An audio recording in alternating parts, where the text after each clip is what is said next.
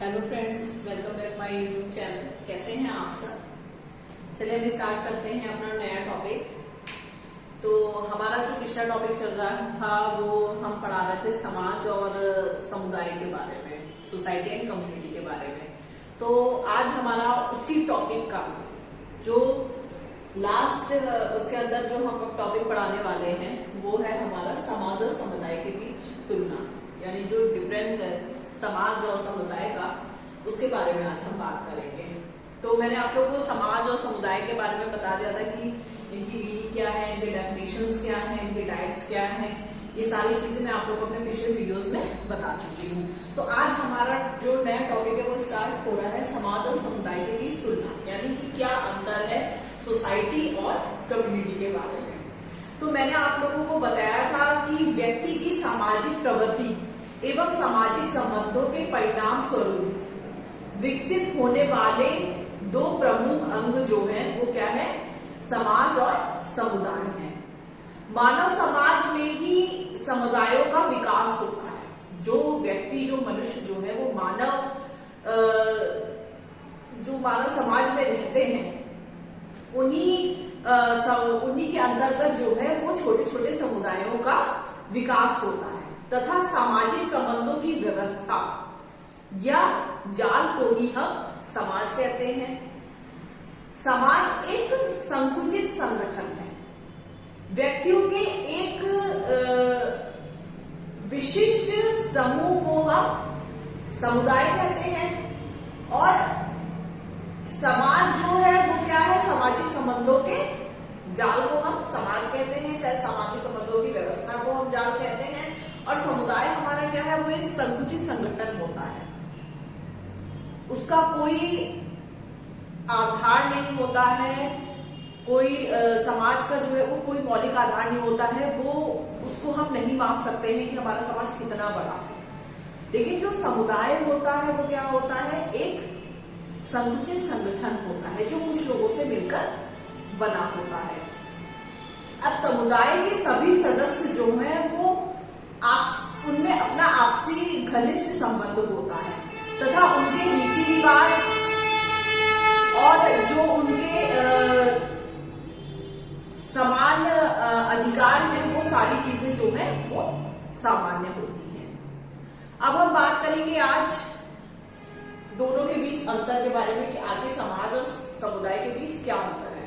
तो मैंने आप लोगों को इस टाइप से पॉइंट्स के रूप में समझाया है कि समाज और समुदाय के बीच में क्या अंतर है। अगर एग्जाम में बच्चों के आता है तो आप इस तरीके से लिख करके डिफरेंस बता सकते हैं। तो हमारा फर्स्ट पॉइंट हम लेके चल रहे हैं समाज और समुदाय के बीच अंतर का। उसका पहला जो हमारा है वो है अर्थ। अर्थ से हमारा तात्पर्य हो गया कि समाज हम किसे कहते हैं, क्या मीनिंग है। तो सामाजिक संबंधों के जाल को ही हम समाज कहते हैं, ठीक है। अब है समुदाय, व्यक्तियों का समूह ही जो है वो समुदाय कहलाता है। नेक्स्ट सेकंड पॉइंट है हमारा भौगोलिक सीमाएं। अब भौगोलिक सीमाएं क्या होती हैं? भौगोलिक सीमाएं जो है वो लागू नहीं होती हैं समाज पे और एक समुदाय के लिए लागू होती है जो भी भौगोलिक सीमाएं होती है। भौगोलिक सीमाओं से हमारा तात्पर्य हो गया क्षेत्रफल, कि अगर हम देखें कि हमारे भारत का क्षेत्रफल कितना है। हमारा भारत जो है वो एक विविधतावादी समाज है, बहुत बड़ा समाज है। तो उसका जो भौगोलिक उसकी सीमाएं हैं उसको समाज पर लागू नहीं किया जा सकता है, क्योंकि उसको हम माप नहीं सकते कि वो कहां तक फैला हुआ है। लेकिन जो एक समुदाय है, जो कुछ लोगों का एक संकुचित संगठन होता है, उसके विषय में हम बता सकते हैं कि आखिर उसकी भौगोलिक सीमाएं क्या है। एक समुदाय जो संकुचित लोगों का संगठन होता है उनके बारे में हम बता सकते हैं कि उनकी समय सीमा या उनकी भौगोलिक सीमाएं जो है वो कहां तक फैली हुई है। नेक्स्ट थर्ड पॉइंट है हमारा जीवन जीने का मूल आधार। अब जीवन जीने का मूल आधार से क्या तात्पर्य है हमारा? जीवन जीने के मूल आधार से हमारा तात्पर्य है कि समाज के अंतर्गत जो कानून, जो रीति रिवाज आते हैं उन सभी का सभी लोगों को बराबर तरीके से पालन करना पड़ता है। अब समाज के अंतर्गत जो भी कानून होंगे बाहर निकल के आप सड़क पर चल रहे हैं तो जो ट्रैफिक नियम एक व्यक्ति के लिए है वही व्यक्ति के दूसरे व्यक्ति के लिए भी सेम ही नियम है। ऐसा नहीं है कि एक व्यक्ति के लिए अलग नियम है और दूसरे व्यक्ति के लिए अलग नियम है, ऐसा नहीं है। जो नियम कानून जो हमारे भारत में बनाए गए हैं, हमारे समाज में बनाए गए हैं, वो सभी व्यक्तियों के लिए समान है, चाहे वो किसी भी वर्ग का हो, किसी भी धर्म का हो, किसी भी जाति का हो, किसी भी भाषा का हो, वो सबके लिए समान होते हैं।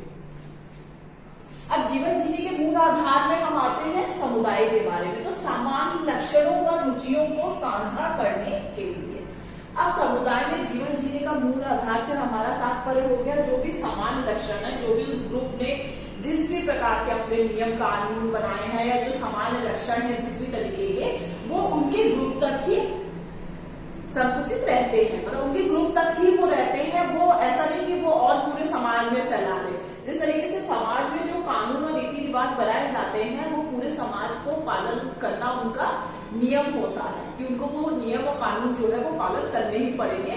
लेकिन जो समुदाय है वो एक समुचित संगठन होता है, छोटे लोगों का समूह होता है, ग्रुप में लोग आपस में एक दूसरे के साथ मिलकर के रहते हैं। तो समुदाय जो है वो छोटे तरीके का होता है। तो उसमें क्या है, वो सामान्य लक्षण, जो भी उनके सामान्य लक्षण है, जो भी उनकी रुचियां हैं, वो उन्हीं रुचियों को साझा करने के लिए होता है। नेक्स्ट 4th पॉइंट है हमारा संबंधों से जुड़ाव।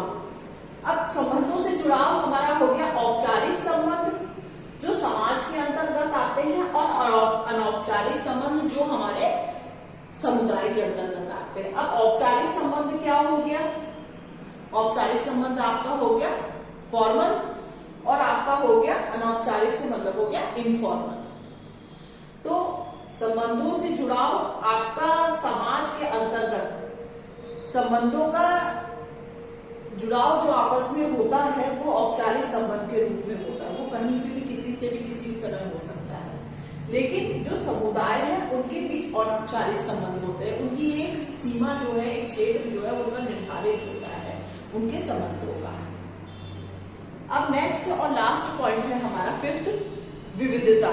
तो विविधता में है एक समाज सामान्य रूप से कार्य कर सकता है चाहे लोगों के विविध हित हो, और समुदाय है विविधता की अनुमति नहीं देते हैं।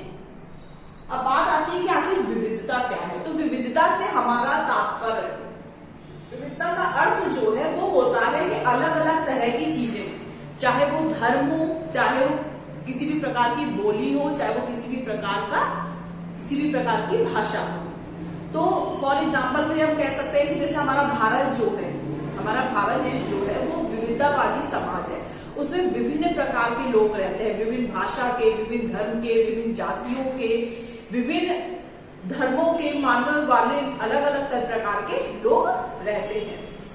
तो इसीलिए जो विविधता है वो एक समान रूप से कार्य कर सकता है चाहे लोगों के विविध रूप हो। समाज के अंतर्गत विभिन्न प्रकार के लोग रहते हैं और उन्हीं लोगों के अंतर्गत चाहे वो किसी भी धर्म के हो, चाहे किसी भी जाति के हो, चाहे किसी भी भाषा के अनुयायी हो, तो वो सब एक साथ मिलजुल कर समाज के अंतर्गत रहते हैं। जबकि विविधता की अनुमति नहीं देते हैं।